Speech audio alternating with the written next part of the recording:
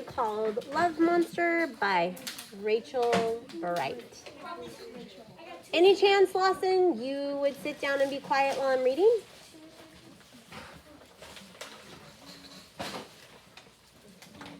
Ready, Freddie? What's up, Lucas? I just have something to say. This is actually a show in real life. Oh. All right, it's just a cute little book for Valentine's Day.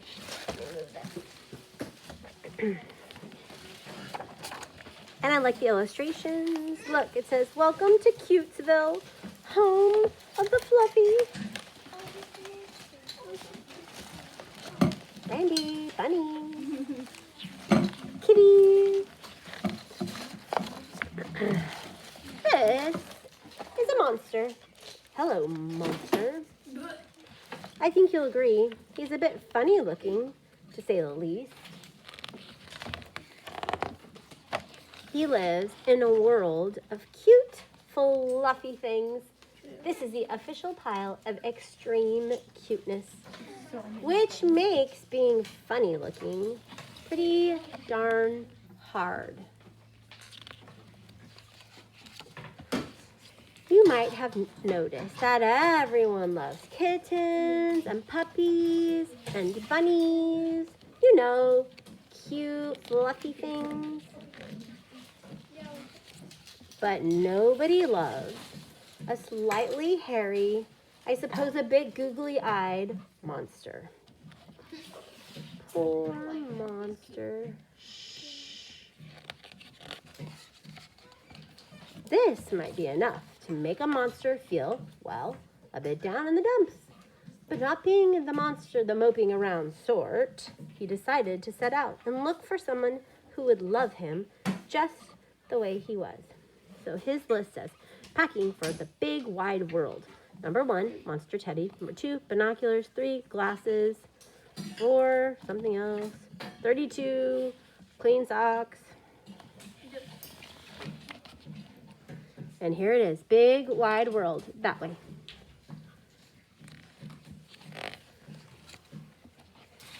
He looked high.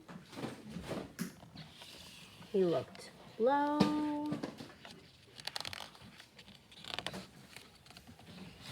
Some tumbleweed. He looked middle-ish.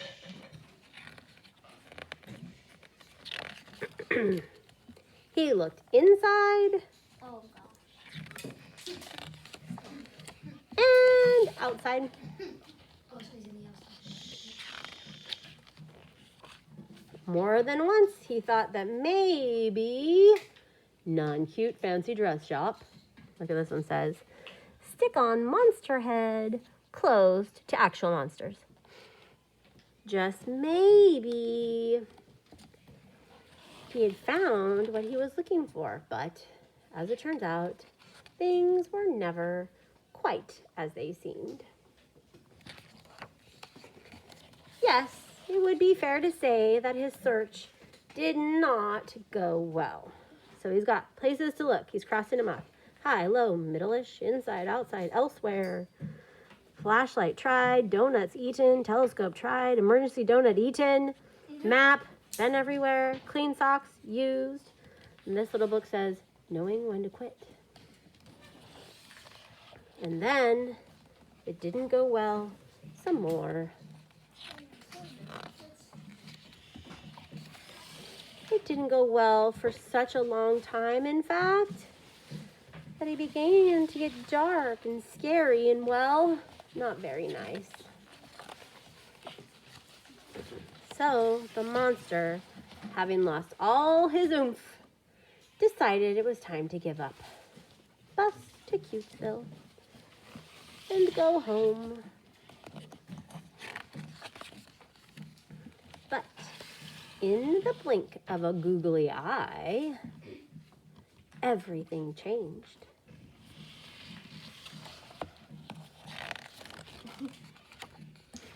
You see, sometimes when you least expect it, love finds you.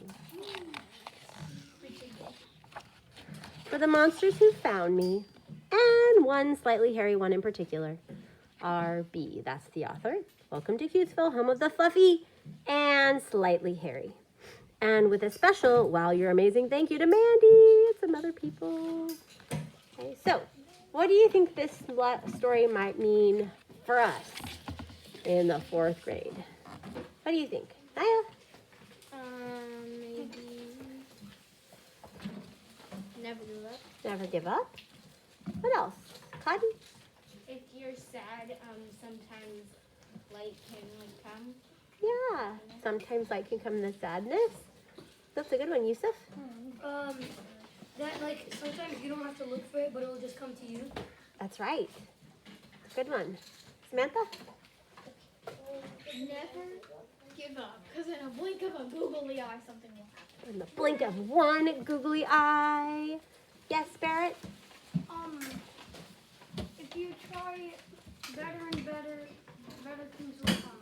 Okay. Keep trying and better things will come. Julian? I think if you should never think someone is bad unless you never see it. Ah, that's a good one. Yeah? Lucas? 2 things, love will always find its way, and also kind of get some water with it. Yes, Dala? If you persevere and push through, you'll get a reward. Yeah, you might get a reward. Lawson? Sometimes, if you're working on something and you're like, it doesn't work, sometimes when you least expect it, it just might work. That's true, too, huh? Yeah, and have you ever, I know this is talking about love and all of that, but when you're on the playground, have you ever felt alone? Or if you go to a park, or if you're at a party, birthday party, where you maybe walk in and you don't necessarily find your friends right away? And this is kind of saying sometimes if you are just patient, happiness or good people will find you. So sometimes, like some of us have had, struggles with our friends, and sometimes you just have to be patient and another good friend pops up, right, and makes it all okay. Okay, so this is a fun little project. So I'm going to have a lot of things to be passed out. My iPad is going to die soon. So I think if I show it to you, you can probably figure it out. So this is what you're going to get. You're going to get a love monster. And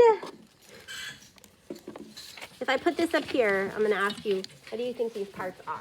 So I put this up here so everyone can see. What do you think these are? Teeth. And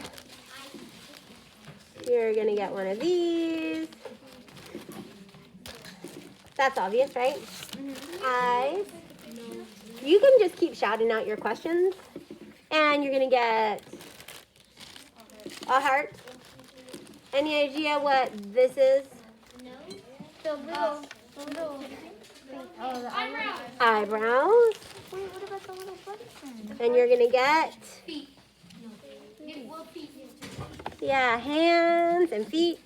So I would color them first. You can color everything and then cut it. You can use the same colors as the story. You can use your own colors. You can put the teeth on the top. You can put the teeth on the bottom. This is art. So it can be up to you how your monster turns out. That's the best picture, I think. I wish I could put it up here. You can with a magnet. Oh, I know. Okay, so, and when you're done, oh, I have this. I did this before. So this is what I did. This is my little monster from last year. So you can make yours look like mine if you want. Thank you. So we're doing a lot of cutting and coloring and gluing. It's just kind of low-key and fun. Questions? Yeah. Never mind. Yes. So for the hands, it looks like the Here you go. over it. So how are we gonna Yeah, so what I did, that's a good point. So what I did was I cut out on the red part, so you can see in the back, and then I kind of put the hands through so that his fur hangs over his hands. So yours is gonna, so I cut this, just cut a little strip here, And then I tucked the little yellow hands up underneath so that his fur hangs out. So his hands are there on the back. Okay? Yep, Sammy? We're making an owl. It's your piece of art. Yes, Yusuf? So are you supposed to like cut out the hands and then like put it in, or do you just like put the hands on top of it? I think that once you start working with it, you'll figure it out. Zala, would you pass this out? Yes, Lucas? Should I put this in my bag?